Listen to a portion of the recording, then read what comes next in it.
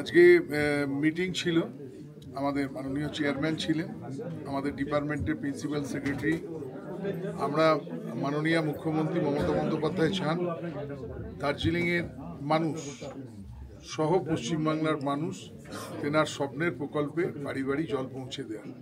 সেই জল প্রকল্প কাজের নিয়ে আমরা ডিপার্টমেন্টালের ইঞ্জিনিয়ারদেরকে নিয়ে আমরা আলোচনা করলাম এবং পাহাড়ের মানুষের যাতে জল সমস্যার সমাধান যত শীঘ্র সম্ভব হয় তার জন্যে আমরা প্রতিনিয়ত চেষ্টা করছি এবং আমাদেরকে পুরোপুরিভাবে জিটিএ চেয়ারম্যান সাহেব পূর্ণাঙ্গভাবে সহযোগিতা করছেন। এর বাইরেও আমরা পাহাড়ের রাস্তাঘাট নিয়েও আমরা কিছু প্রপোজাল মাননীয় চেয়ারম্যান দিলেন, আমরা সেগুলো আমাদের পূর্ত দপ্তর আমরা সেগুলো চিন্তাভাবনা করছি আগামী দিনে দার্জিলিংকে আরও বেশি রাস্তা দিয়ে আরও গতিশীল করার জন্য এবং পর্যটন প্রেমী মানুষরা যেমন দার্জিলিংয়ে আসতে সুবিধা হবে তেমনি এই এলাকার মানুষ তারাও সুবিধা পান, তার জন্যই আমাদের আজকের এই মিটিং ছিল। এত দেরি করে কেন হচ্ছে? 2024 অবধি তো শেষ হওয়ার ছিল।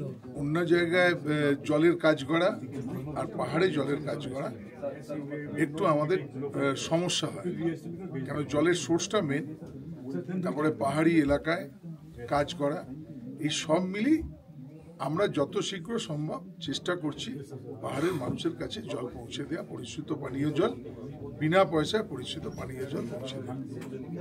ফান্ড নিয়ে কিছু প্রবলেম হচ্ছে সেন্ট্রাল থেকে। আমাদের জল জীবন মিশনের যে জেজেএম এর টাকা আমাদেরকে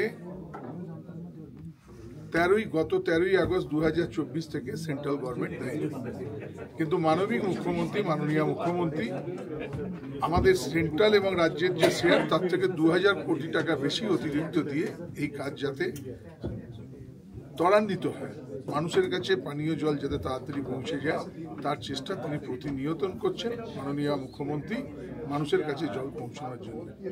এখানকার রাজনৈতিক দলরা অনেক করাপশন আছে বলছে, ওরা কি করে দেখছেন?